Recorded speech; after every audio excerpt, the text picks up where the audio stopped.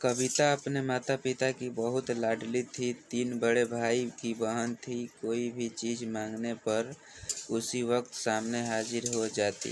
पूरी घर में रौब था उसका। पूरे परिवार और नौकरों पर राजकुमारी की तरह हुक्म चलाती थी। कविता स्कूल में भी पूरा रौब था उसका। बड़े घर की लाडली जो थी वह ऐसे ही उसने कॉलेज में दाखिला लिया। उसके ठाठबाट भरे गाड़ी में आना जाना, हर दिन नया फैशन देखकर हर कोई उससे दोस्ती करना चाहता था। थोड़ी ही दिनों के उसके बहुत से दोस्त बन गए। पूरे कॉलेज में उसकी अपनी ही एक पहचान थी। इन दिनों उसके घर एक रिश्ता आया। खानदानी लोग थे और पापा की पुरानी जान पहचान थी। उनके साथ कविता के साथ कोई ज़बरदस्ती भी नहीं थी, फिर भी हाँ कर दी क्योंकि वह अपने परिवार से बहुत प्यार करती थी।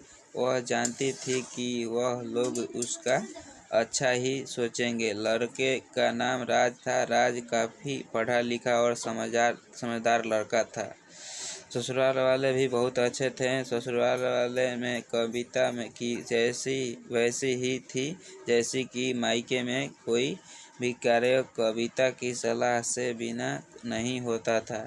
सबकी लाडली बहू बन गई थी वह। फिर उसने घर एक बेटे का जन्म हुआ।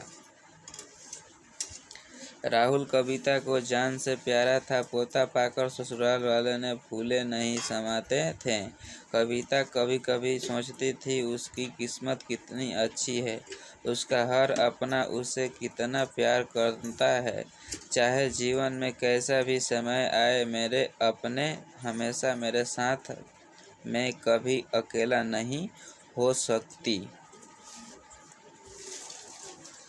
कितनी खुशकिस्मत हूँ मैं। पर शायद कविता की खुशियों को उसकी अपनी ही नज़र लग गई थी। एक दिन वह मायके जाने की जिद कर बैठी। राज को बहुत काम था लेकिन वह फिर भी उसे ले गया।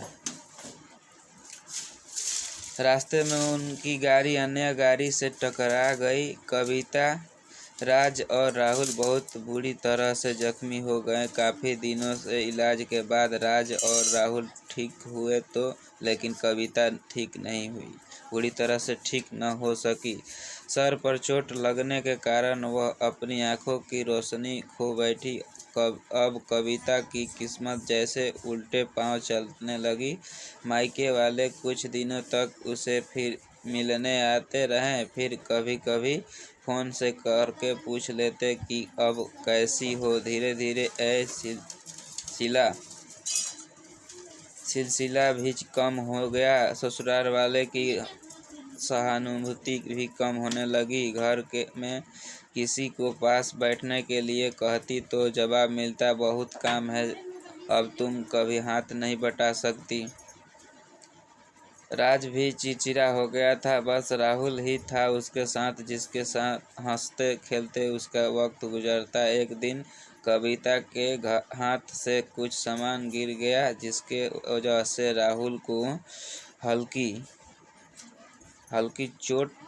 सी चोट लग गई। कविता के ससुर ने राहुल को उससे अलग कर दिया कि कहीं उससे न देखने की वजह से बच्चे का कोई नुकसान हो न जाए। कविता अंदर से टूट चुकी थी। एक दिन उसने सबके सामने मायके जाने की इच्छा रखी तो राज उसके तुरंत मायके छोड़ आया, जैसे कि वह भी यही चाहता था। लेकिन राहुल को उसके साथ नहीं भेजा गया। कविता कभी राहुल से दूर नहीं रही थी, पर अपनी कमी के कारण उसने ज़्यादा बहस नहीं की।